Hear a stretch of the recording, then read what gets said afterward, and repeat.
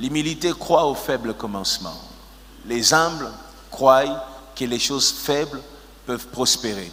J'avais dit, et je le dis encore, Dieu a ses écoles. Et des écoles majeures de Dieu, je sais qu'il en a plusieurs, mais des écoles majeures de Dieu, c'est la nature. La deuxième école, c'est les déserts. Dieu enseigne par la nature et il enseigne par les déserts. C'est ainsi tous ceux qui ont servi Dieu sont passés par l'agriculture, sont passés par l'élevage et sont passés par les déserts.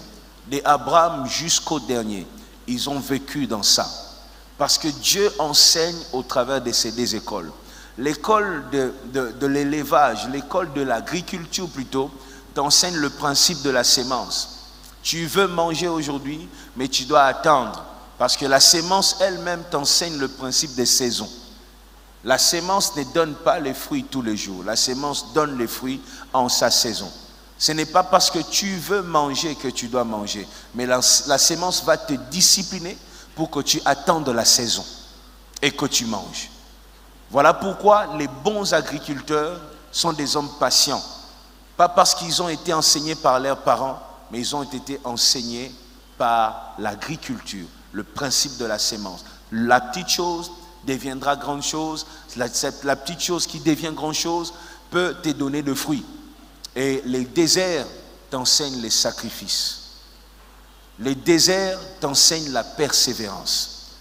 On n'apprend pas dans de bons moments, on apprend dans les mauvais moments. On n'apprend rien dans le bon moment. Le bon moment, tu profites et tu oublies même parfois que Dieu existe. Tu profites et tu oublies parfois que des problèmes existent. C'est quand tu es dans des difficultés que tu apprends ce que c'est la vie. Tu apprends même à gérer, tu apprends à marcher avec Dieu et tu apprends même à connaître ton Dieu. Comprends ces choses. L'humilité croit au faible commencement.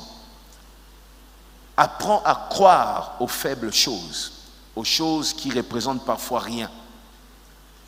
C'est ça l'humilité, pour que tu deviennes grand demain, que tu sois incontournable, que tu sois celui que personne ne sait faire tomber.